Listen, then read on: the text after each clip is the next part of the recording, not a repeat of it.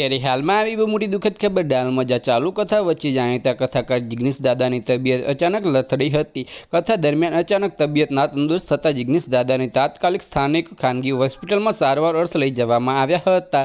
તબીબોની તપાસ બાદ હાલ ચાલુ કથાકાર જિગ્નેશ દાદાની તબિયતમાં સુધારો થતાં તેમને હોસ્પિટલમાંથી ડિસ્ચાર્જ કરવામાં આવ્યા હોવાની માહિતી છે। તો આની વિગતવાર વાત કરવામાં આવે તો આનંદમાં કથા દરમિયાન જાણીતા કથાકાર જિગ્નેશ દાદાની તબિયત અચાનક લથડી હતી। આથી તેમને એમ્બ્યુલન્સ મારફતે તાત્કાલિક નજીકની ખાનગી હોસ્પિટલમાં સારવાર માટે ખસેડવામાં આવ્યા હતા। તો આની વિગતવાર વાત કરવામાં આવે તો ડૉક્ટરનું કહેવું છે કે હાલ કોઈ ચિંતાનો વિષય નથી। તો તમને જણાવી દઈએ મિત્રો કે જો કે હોસ્પિટલમાંથી જિગ્નેશ દાદાને રજા આપી દીધી છે। તો આની વિગતવાર વાત કરવામાં આવે તો જિગ્નેશ દાદા હવે હોસ્પિટલમાં નથી રહ્યા। તો બસ આજ માટે આટલું જ। અને અમારી યુટ્યુબ ચેનલ પર નવા હોય તો લાઇક શેર અને સબસ્ક્રાઈબ કરી દેજો। ધન્યવાદ।